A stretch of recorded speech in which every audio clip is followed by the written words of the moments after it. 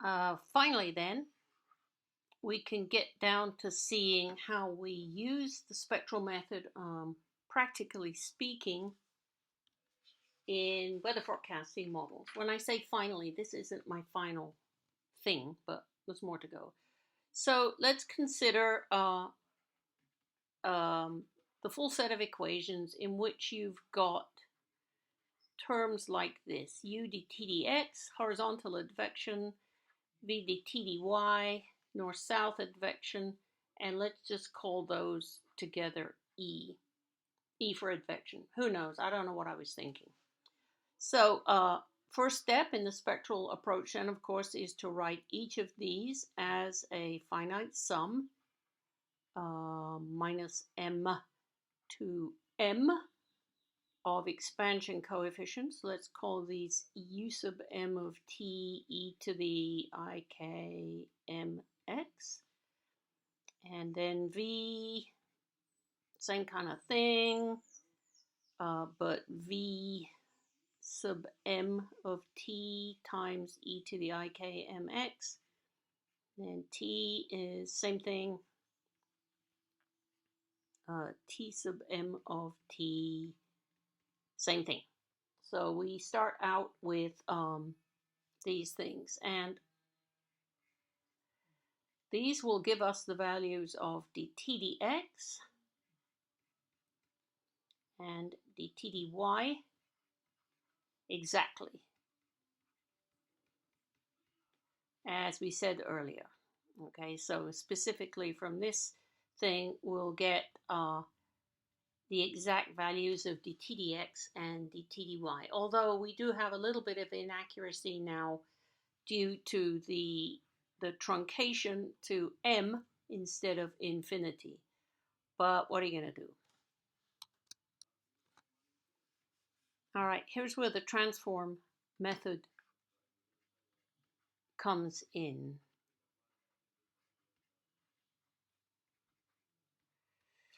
And what we do is we use a Fourier transform, but they're computationally expensive, so you wait around until somebody invents the fast Fourier transform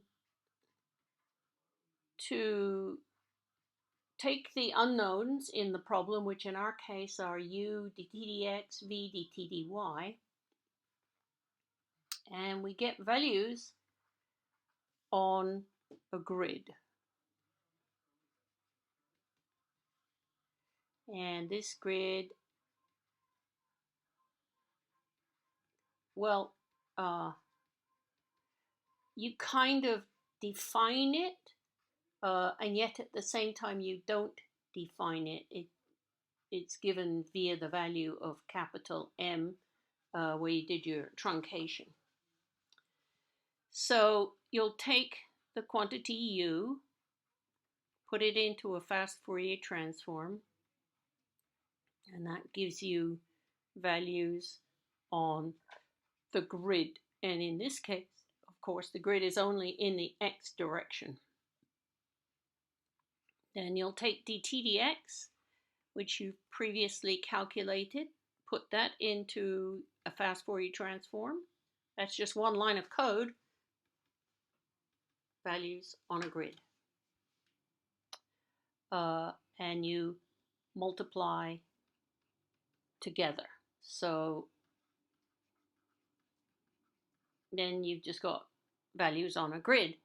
But now you take those grid point values and put them back into your fast Fourier transform box, and it does the opposite direction transform, whether it's the transform or the inverse transform. Again, I don't know exactly which is which, but then you come out with the value of u dt dx in spectral form.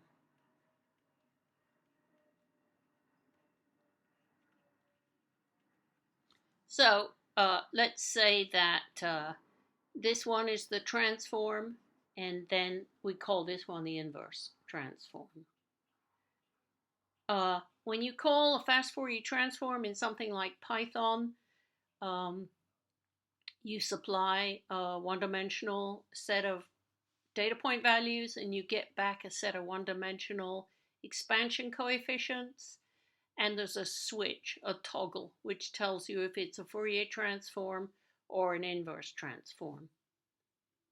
But either way, whichever it is, you end up with this. And that's for the term u dt dx on the previous page. And so you just go ditto for the term v dt dy. We haven't covered the y dimension yet, but believe me, we're going to. And so what comes out of all of this, if I just really super quickly open up one tiny panel, let's stay with red at the moment. So the result of all of this is our quantity E, that was u dt dx plus v dt dy.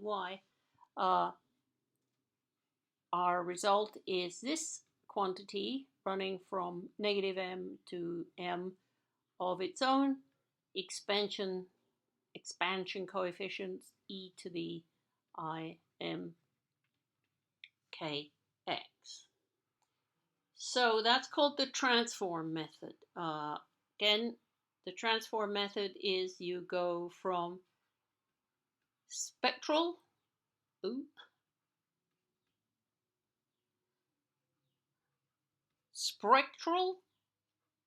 to grid, and then you multiply values on the grid instead of multiplying two expansions together. That's the thing that if you have m terms, you have m squared products to calculate. That's too expensive to do. So instead you put the quantities onto a grid, you multiply them on the grid, and then you put them back into your fast Fourier transform routine and come out with brand new spectral values.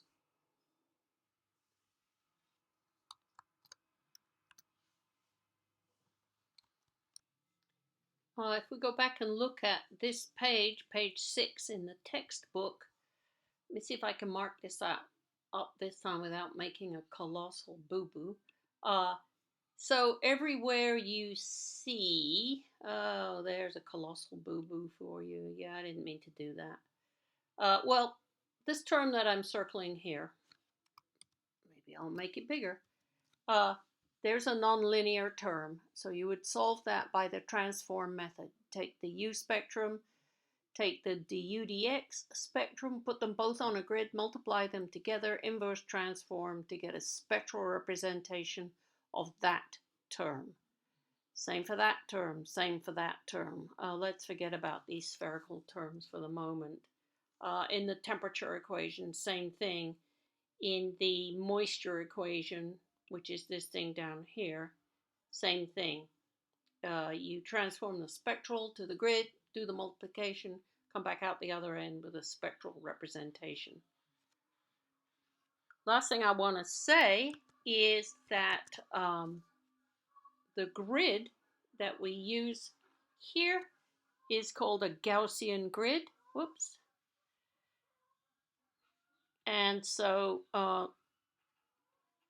there's nothing particularly special about that as far as I'm concerned. It's just notation that you might find mentioned somewhere. So the grid that you put your spectral values onto is called a Gaussian grid. And that brings us then to the issue of geometry. So let's take a break and do that next.